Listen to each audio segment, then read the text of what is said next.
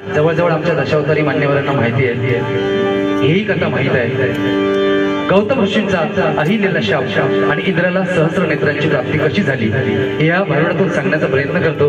कारण कामाला ज्याने जिंकला तो या कलियुगामध्ये संत झाला आणि कामाच्या अधीन गेला तो किती तप ज्याने कमवला तरी काही फायद्याचं होणार नाही. कारण लक्षात घ्या, विश्वामित्राला ह्याच कामामुळे तप गमवावं लागलं. ही वास्तविकता या ठिकाणी भारुडाला सुरुवात करतो आणि पुढे जाण्याचा प्रयत्न करतो. खंडेराया झाली माझी दैना,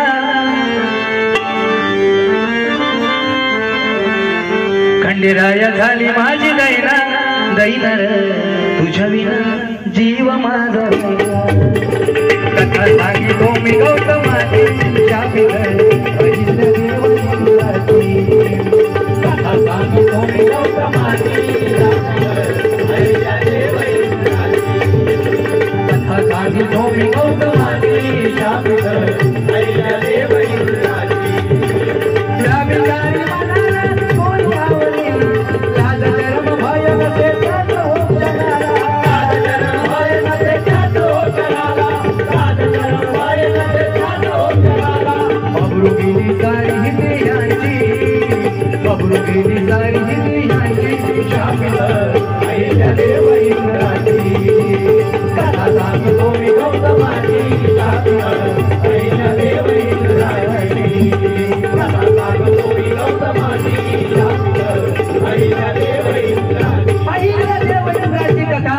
गौतम ऋषींची पत्नी अहिल्या ही ब्रह्मदेवाची मानसपुत्री इंद्राला भेटली नाही म्हणून डाव साधण्यासाठी बघा कामातूर झालेला इंद्र कामातूर होऊन हिचा भोग घ्यावा म्हणून कोंबड्यात पहिला सांगत ना लवकर अरवून टाक. तो एक ऋषी आरवलो पण कर्मान मेलो. त्याला सांगितलं जा आणि त्या गौतम ऋषीच्या पर्णकुटीजवळ 4 वाजता अरवून टाक. म्हणजे गौतम ऋषींका वाटतात की आता सकाळ झाली आणि खरोखर त्या काम त्यानं नित्य नेमाने केला. इंद्राने डाव साधला आणि त्या पर्णकुटीजवळ गेला आणि मनात काय म्हणतोय, किती आनंदी झाला होता इंद्र बघा. अहिल्या पतिव्रता भाळला इंद्र तिला, अहिल्या पतिव्रता भाळला इंद्र तिला. वासनाई झाली त्याच्या मनाला, रूप गौतमाचे घेतले क्षणाला.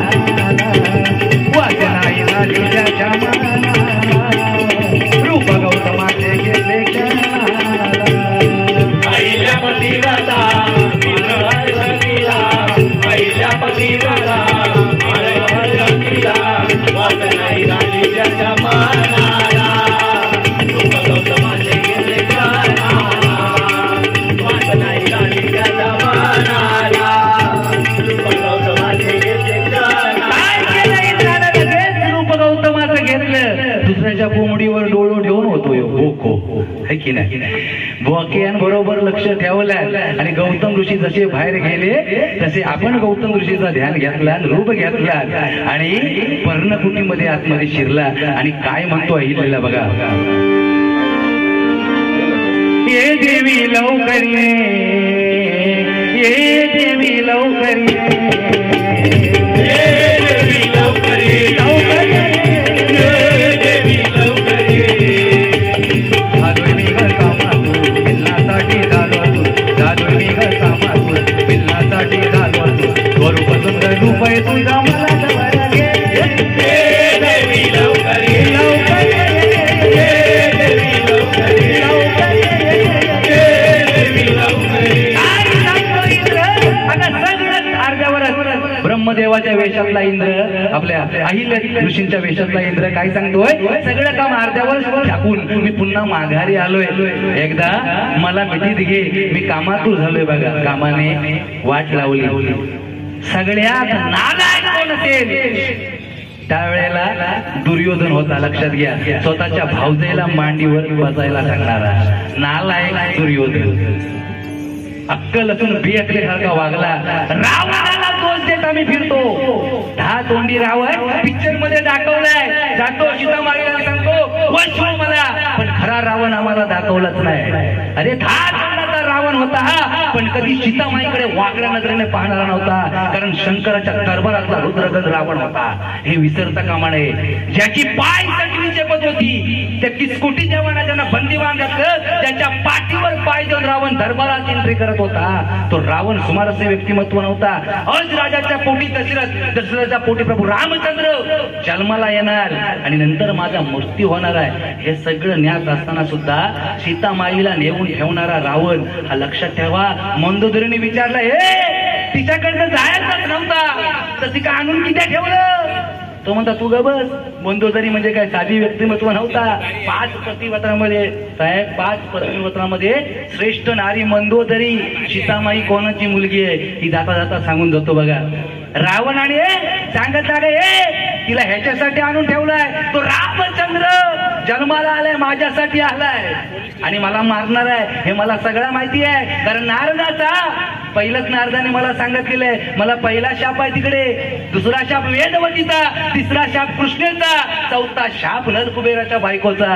आणि एवढे शाप असताना माझ्या डोक्यावर ती सीतामाई मी इथं का आणून ठेवली? लक्षात घे मनाला, मी जाणार प्रभू रामचंद्राबरोबर तिकडे अयोध्येमध्ये लढाई करण्यासाठी. रामचंद्र मला मारणार हे सत्य आहे, तेव्हा सत्य आहे, पण रामचंद्राची बायको इथं आणून ठेवली आहे. रामाला लंकेत यावंच लागेल आणि राम ज्या वेळेला लंकेत येईल त्यावेळेला समस्त राक्षस कुळाचा नाश होईल आणि समस्त राक्षस कुळाचा नाश होईल, त्यावेळेला माझ्या सकट सर्वांना मोक्ष मिळेल. हा रावणाचा दिमाग होता. लक्षात घ्या, सीतामाईला आणण्यामागचं कारण, रावणाची मुलगी आहे सीतामाई, नात्याने मंदोदरीच्या उदरातून सीतेचा जन्म आहे.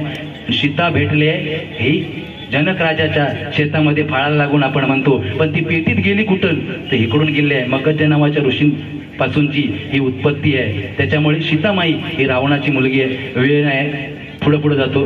कारण काय, मगध नावाचे जे ऋषी होते ते कलशामध्ये अमृत निर्माण करायचे आणि गंगा मातेला अर्पण करायचे. पण काय झालं, एक दिवशी रावण गेला, त्याला खोडी होती, मुंडकं छाटलं, ऋषींचं रक्त उडालं, त्या कलशामध्ये पडलं. पडलेला कलश घेऊन रावण लंकेत गेला. मंदोदरीला सांगतोय, याला हात लावू नको, जहाल विषय. पण मंदोदरी कंटाळली होती याच्या जाचाला. घटा वर केला. रावण बाहेर गेल्यावर तिका वाटला आता मी मरणार, पण तसा काय झाला नाही. पण त्यावेळेला तीर्थाटनाला फिरायला गेली आणि 7-8 महिने त्यावेळेला पाठी यायचं ना. आता सारखी सकाळी ट्रेन पकडली संध्याकाळी आला, आता नाही आहे. त्यावेळेला ते दिवस वाटायचे. आणि काय झालं, पोटात देह वाढला. जर हाच देह घेऊन जर घरी गेलो तर रावण म्हणेल हे पाप कोणाचं, म्हणून तो इच्छा शक्तीने देह बाहेर काढला साहेब, पेटीमध्ये टाकला आणि सैनिकांना आज्ञा दिली, जावा आणि कुठंही याला पुरा, हा दिसता कामा नये. सैनिक गेले, ज्या शेतामध्ये पुरले ते शेत नांगरताना ज्या फाळाला लागून सीता वर आली, जे पेटीवर आली त्याच्यामध्ये सीता सापडली. ती नात्याने जनकाची मुलगी, पण मंदोदरीच्या उदरातून तिचा जन्म आहे, म्हणून ही नात्याने मंदोदरीची मुलगी आहे की नाही. दशावतारी मान्यवर या ठिकाणी उपस्थित आहे. पण काय आहे, दुसऱ्याच्या बायकोवर वाईट नजर ठेवणारा हा कधीच तरला नाही, बरोबर की नाही. म्हणून चंद्रावर आज पण डाग आहे, बरोबर की नाही. कारण गुरुची पत्नी पळवताना त्याका पण लाज वाटली नाही की कलियुगात वावरताना लोकांमाका बोलणार आहोत. त्याच्यामुळे वावरताना आपलं कर्म चांगलं ठेवलं पाहिजे. म्हणून म्हणते बघा, काय गौतम ऋषींनी काय केलं, अहिल्या इंद्र तिला बघून भाळलेला आहे आणि गौतम ऋषी याच्या आतमध्ये समोर जाऊन म्हणतोय की आलिंगन दे. आणि अहिल्याने पण कधी विचार नाही केला की खरोखर दुसरा कोण बोका येऊन टप्पल असा एवढा हुबेहूब गौतम ऋषींसारखा, तिने विचार नाही केला. आणि काय केलं बघा, गेली आणि आलिंगन दिलं. आलिंगन दिलं ह्यानं आपला काम ज्या काय होतं त्या उरकल्या आणि गप चोरासारखं बाहेर मनात गाजरा आणि खुशीची खाय बाहेर इलो आणि मनात काय म्हणतोय बघा, लई दिवसाची इच्छा ही माझी, लई दिवसाची इच्छा ही माझी, झाली आज पुरी. हर्षाने इंद्र निघाला घरी, हर्षाने इंद्र निघाला घरी, हर्षाने इंद्र निघाला घरी. लई दिवसाची इच्छा ही माझी, लई दिवसाची इच्छा ही माझी, झाली आज पुरी. हर्षाने इंद्र निघाला घरी, हर्षाने इंद्र निघाला घरी, हर्षाने दिवस काय उजाडलो नाही. ऋषींना वाटलं अरे एवढ्या लवकर असा झाला काय, म्हणून ऋषी माघारी फिरले. आणि फिरले तर काय, फिरता फिरता त्यांना घरातून आपल्या कोणतरी वेशधारी करून बाहेर येताना दिसला. आणि ऋषी काय म्हणतायत मनाच्या मनात बघा. चोर कोण घुसला पाहू आमच्या घरी, अंतर्ज्ञानाने आता पाहूया घरी. चोर कोण घुसला पाहू आमच्या घरी, अंतर्ज्ञानाने आता पाहूया घरी. चोर कोण घुसला पाहू आमच्या घरी, अंतर्ज्ञानाने आता पाहूया घरी. चोर कोण घुसला पाहू आमच्या घरी, अंतर्ज्ञानाने आता पाहूया घरी. कळलं हे कळलं हे कळलं इंद्राचेच काम, कळलं हे कळलं इंद्राचेच काम, कळलं हे कळलं इंद्राचेच काम. चोर कोण घुसला पाहू आमच्या घरी, अंतर्ज्ञानाने आता पाहूया घरी. चोर कोण घुसला पाहू आमच्या घरी, अंतर्ज्ञानाने पाहूया म्हणून ध्यान लावलं. आणि बघितलं तर काय, वेशधारी इंद्र आपलं रूप धारण करून आपल्या पर्णकुटीतून बाहेर येतोय. म्हटल्याच्या नंतर तळपायाची आगमस्तकात झोंबली आहे की नाही. कारण शेवटी पत्नी ती पत्नी म्हटल्याच्या नंतर नवरा समर्थ असतो. हलकाच लय बेकार परिस्थिती आहे. काही जण जोडपा चांगला दिसता, पण बघता तर एकाची 4-4 लपडी बाहेर, ती सांभाळताना मारामारी हो. आई शपथ, त्या दिवशी घटना घडलेली सांगतो. अक्षरशः पेपरात आली होती. रात्री 2:30 वाजता घरात चोर घुसलो, नवऱ्याक बांधल्या रशी आणि चाकू लावला बायकोच्या गळ्यात आणि म्हणता जेवढं दागिनं सगळे काढ. काढ म्हटलं नाही तर मरू दे म्हणता, नवरा वाचा देत. एकदा म्हटला झाला बाबा म्हणता दागिनं काढ. म्हटलं त्या चोराची दयावया करी ती म्हणता सोड सोड. चोर म्हणता सगळा काढ. आणि सकाळी बरोबर 3:30-4 वाजेपर्यंत चोरांना ते अगदी काही ती सोडल्या नाही. नुसतं दागिने काढ पैसे काढ, हे काही देऊ तयार नाही. शेवटी जसा 4:30-4:45चा ठोका झाला, हिची हवेलांडी उडाली, एकदम भारी टेन्शन मध्ये आली. म्हणता एक काम कर, तू सगळं दागिने घेऊन जा. होईतर कपाटात 2 लाखाची चावी देते त्या घेऊन जा, पण ह्याका पहिलो सोड. तो म्हणता अरे ह्या काय सगळा घेऊन जा, ह्याका सोड का. म्हणता तुझ्या पाया पडतो, ह्याका सोड. अरे तुझा नवरा ना. म्हणता एक काम कर, ह्यो माझो नवरो नाही आहे आता, ह्यो ह्याका पहिलो सोड. ह्याका सोडलं तर माझं नवरो येण्याची वेळ झाली. ही कंडिशन काय कलियुगात कोणावर कोणाचा विश्वास नाही. त्याच्यामुळे सगळ्या गोष्टी ज्या सांभाळून करू कावा, बरोबर की नाही. ज्यांची लग्न झाली आहेत त्यांना धन्यवाद, ज्यांची नाही झालेली आहेत त्यांना पण धन्यवाद. तुमची होणार काळजी करू नका, कारण तुम्ही एकटेच नाही आहे, इकडे आमच्याकडे पण होत. बरोबर, परिस्थिती आताची आहे, पण आपली संस्कृती सोडू नका. पूर्वीचा काळ वेगळा होता. या नागडे बायको म्हणायची लाडाडे, बसा नागडे, उठा नागडे, सगळीकडे गडे लावत होती. आता तसा नाही. आता गणेश असं तर हे गणू, तुला काय काय म्हणू, अरुण असं आरणू. परिस्थिती हाताच्या बाहेर आहे. त्याच्यामुळे सगळा त्या दिवशी मित्राकडे गेले होते. बाबू जांभळे आले, चाय घेऊन ये. बाबू आत्माच बिघडला. बाबू म्हणता काय सांगू. बाबू म्हणता काय सांगू. अरे म्हणता 2 दिवस झाले चायला साखर नाही आहे. साखर नाही म्हटल्याच्या नंतर तुम्ही घरात असतात. 2 दिवस झाले चाय का साखर नाही, कधीपासून सांगतोय. आणि जांभळे आले म्हणून चाय बनव बनव म्हणतात. पण ह्यो गुलाम लाडा दिलो. म्हणता अगो काय साखर तुझ्या ओठावरती. काय माझ्या पुढात मोठेपणा बायकोचा करू लागलो. अगं काय साखर तुझ्या ओठावरती, ती आत्मा बिघडली. म्हणता नाही साखर माझ्या ओठावरती, ती फक्त तुमच्या पुरती. जांभळं येईल होत्या का काय करू. अरे ही कंडिशन त्याच्यामुळे बायकोवर खुश जाऊ का, बरोबर की नाही. पण काय झालं बघा, इंद्र आतमध्ये घुसला हे बघितल्याच्या नंतर लगेच गौतम ऋषी घराकडे तावातावानं आले आणि काय म्हणतात बघा. व्याभिचार कसा आला आईल्या तुझ्या मनाला, व्याभिचार कसा आला आईल्या तुझ्या मनाला. पत्नी तू कधी पतिव्रताना, केला नाही तू कसा मनी हा विचार, केला नाही तू कसा मनी हा विचार, केला नाही तू कसा मनी हा विचार. व्याभिचार कसा आला आईल्या तुझ्या मनाला, व्याभिचार कसा आला आईल्या तुझ्या मनाला. पत्नी तू कधी पतिव्रताना, केला नाही तू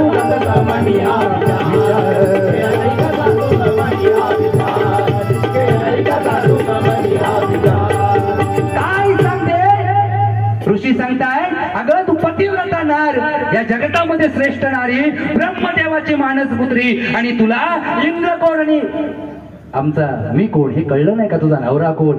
त्यावेळेला काय सांगते अहिल्या, अहो हो ऋषी पडले मी फाशी, अहो हो ऋषी पडले मी फाशी, मला नाही कळलं, रूप तुमचं पाहून मला गेलं मोहून, आलिंगन दिसलं, रूप तुमचं पाहून मला गेलं मोहून, आलिंगन दिसलं, रूप तुमचं पाहून मला गेलं मोहून, आलिंगन दिसलं.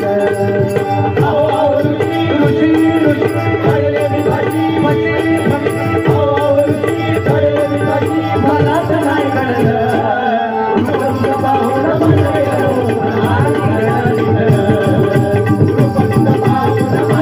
मोहून, आलिंगन दिसलं,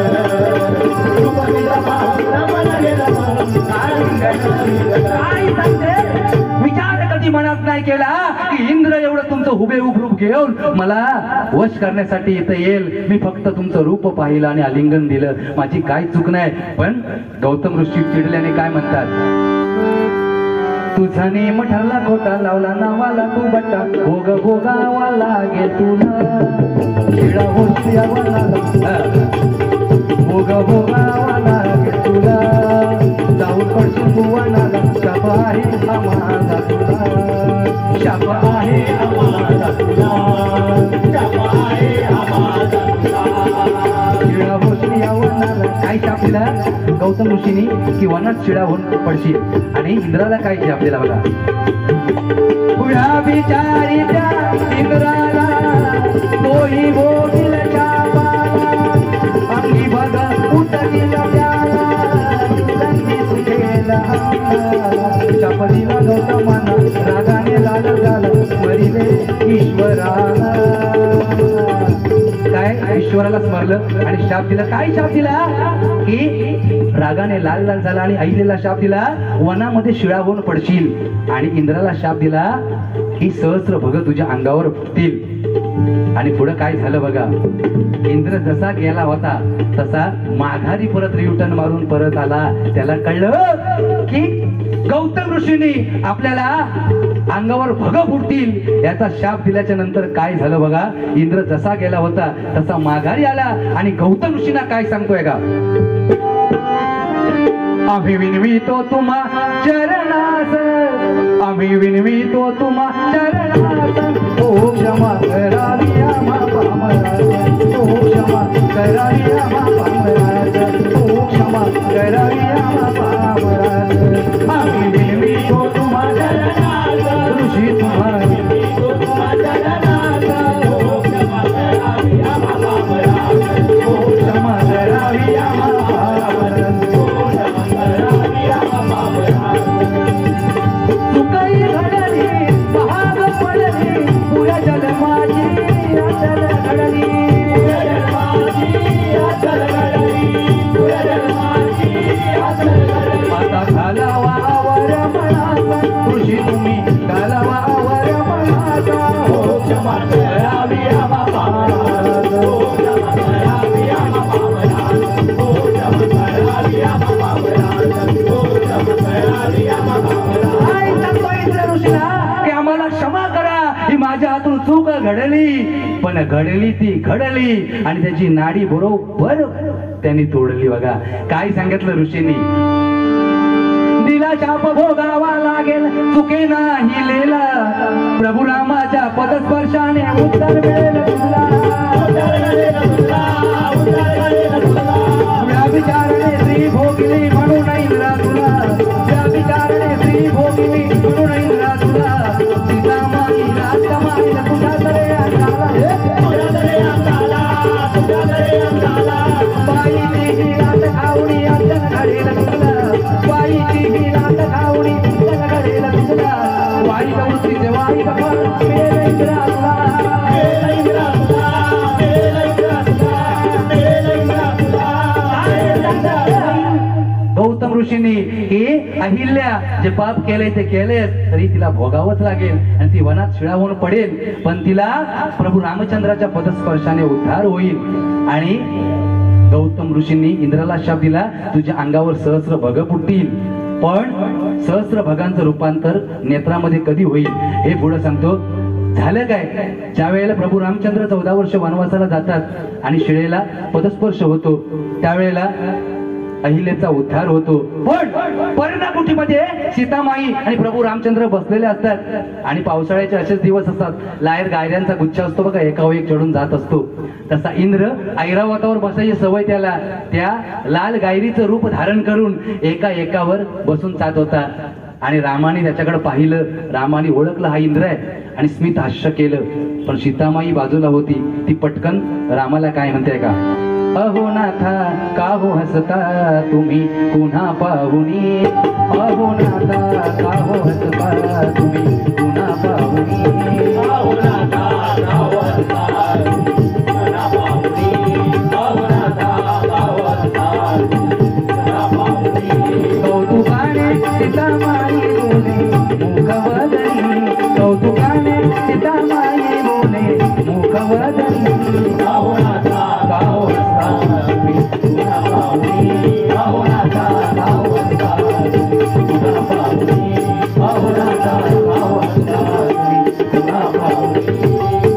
सीताबाई विचारते प्रभू रामचंद्राला, नाथ तुम्ही हसता का?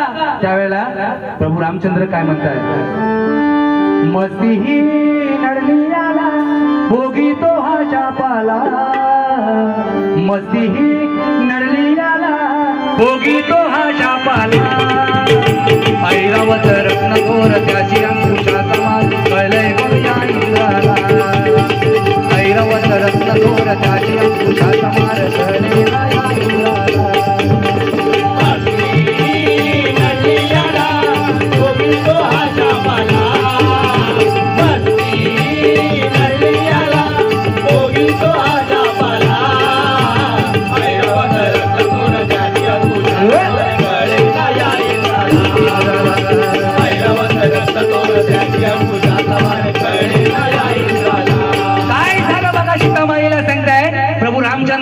हा जो इंद्र आहे चाललाय तो इंद्र आहे, शाप भोगतोय.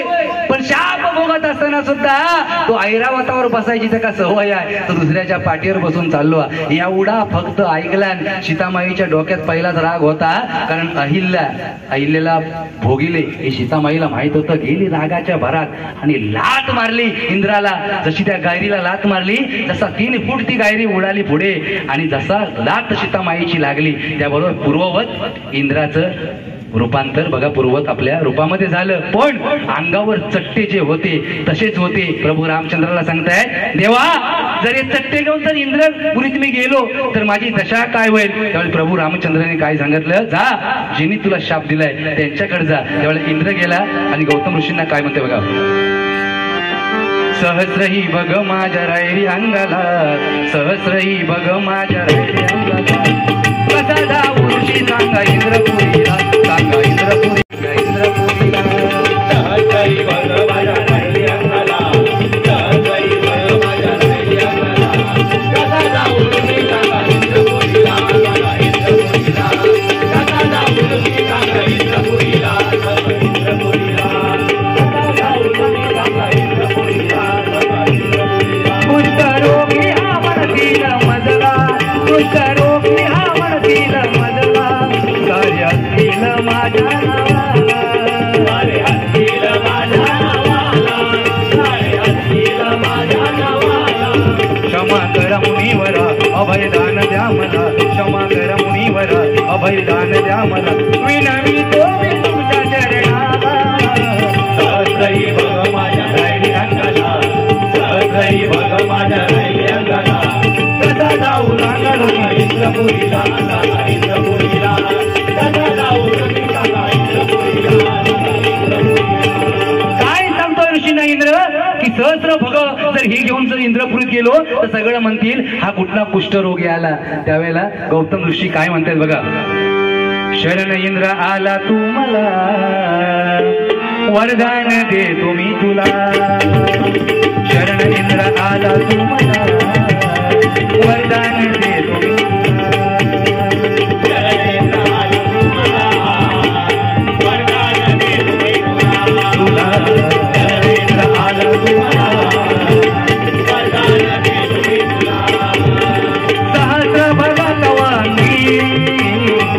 ज्याची नेत्र होतील इंद्रा सहस्र भगतवांगी ज्याची नेत्र होतील इंद्रा सहस्र नेत्रादी म्हणून सहस्र नेत्रादी म्हणून सारे ओळखतील तुला चरणेंद्र आला मला वरदान देतो इंद्रा चरणेंद्र आला तुम्हाला वरदान देतो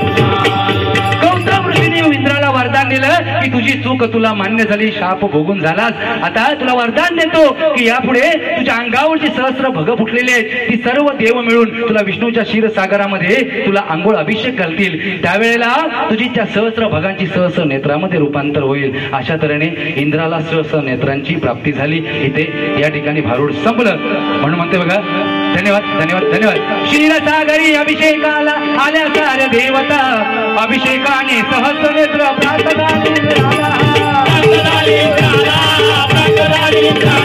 क्षीरसागरी अभिषेकाला आल्या साऱ्या देवता अभिषेकाने सहस्र नेत्र प्राप्त झाली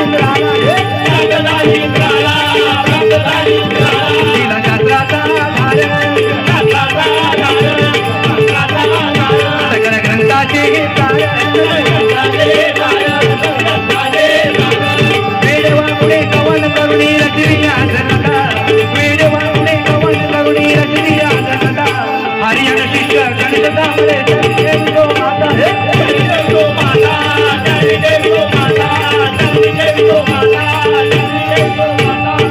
धन्यवाद या ठिकाणी